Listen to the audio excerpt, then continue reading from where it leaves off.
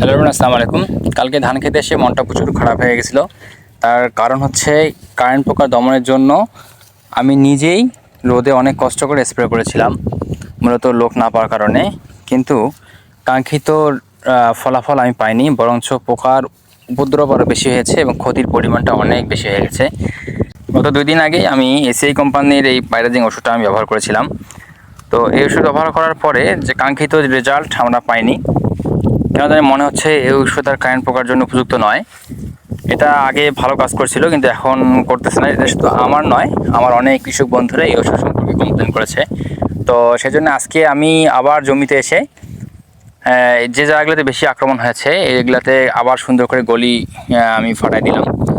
আসলে গলি রাখার যে উপকারিতা সেটা হচ্ছে যে আপনার আলো বাতাস চলাচলটা ভালোভাবে করতে পারে। আর কয়েকদিনের মধ্যে আমরা হারভেস্ট শুরু করবো, সেজন্য এই ব্যাপক আকার দমনের জন্য আজকে নতুন একটা ওষুধ আমরা ব্যবহার করতেছি।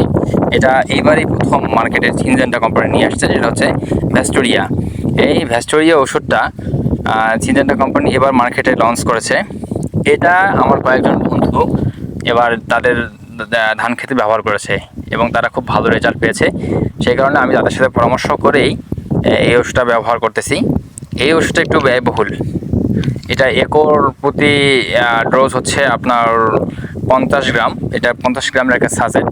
এটা 1 একর জমিতে দেওয়ার জন্যে একটু যদিও বা ব্যয়বহুল, তবে এই ওষুধের রেজাল্ট আছে। আশা করতেছি এবার ইনশাল্লাহ পোকাগুলা দমন হতে পারে। বাকিটা আল্লাহ ভরসা।